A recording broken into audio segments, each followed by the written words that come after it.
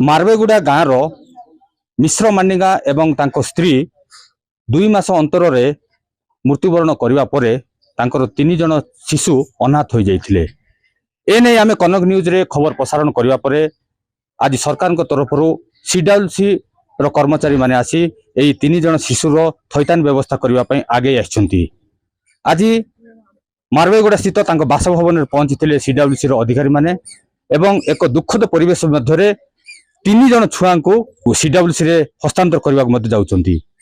ए परिस्थिति रे चलंतु पचारि बुझिबा ये जो 3 जन अनाथ शिशुंकर जेजेमा जी किछि दिन हला पालन पोषण करथुले से कोन कहउछंती।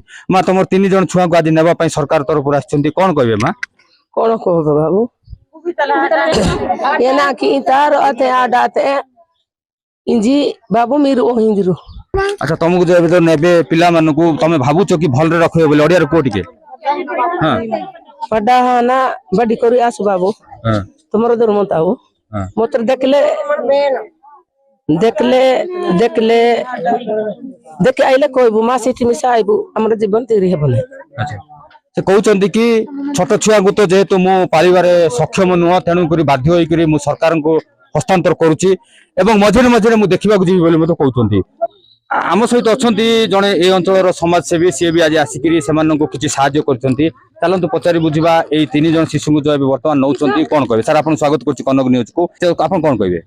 सर्वप्रथम मुझे धन्यवाद देवी कनक न्यूज को एवं संवाद को जहाँफल आम मैंने जापारू आ जिला प्रशासन शिशु मंगल कमिटी से आसी आज नहीं पार्टी कथा लोकलोचन को आनी पारे आम ना आम केमती जापार आम गाँव पाखे सीना आम जापार नु गणमाध्यम तरफ ही यहाँ जानलु एवं गणमाध्यम कर्मकर्ता यह लोकलोचन को आनीपर जो आज संभवपर हो पार्टी जैसे सरकार शिशु मंगल कमिटी आसी से पिला नौ आप भावुं कि ये जो आदिवासी छुआ मान जो 3 जन जाऊँगी केते सुरक्षित रे सरकार तरफ कौन आश्वासन मिल पारे?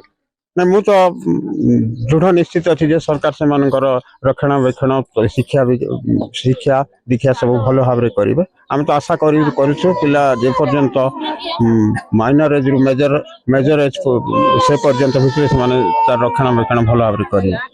शुणुले 3 जन अनाथ शिशु को वर्तमान कोरापुट CWC रे हस्तांतर करा जाउची जेहेतु कि यही जड़े बुढ़ी माँ से 3 जन शिशु को आउ से चलैबार असमर्थ प्रकाश करथिले एवं एने आम खबर प्रसारण करिवा परे आज पहुंची CWC अधिकारी।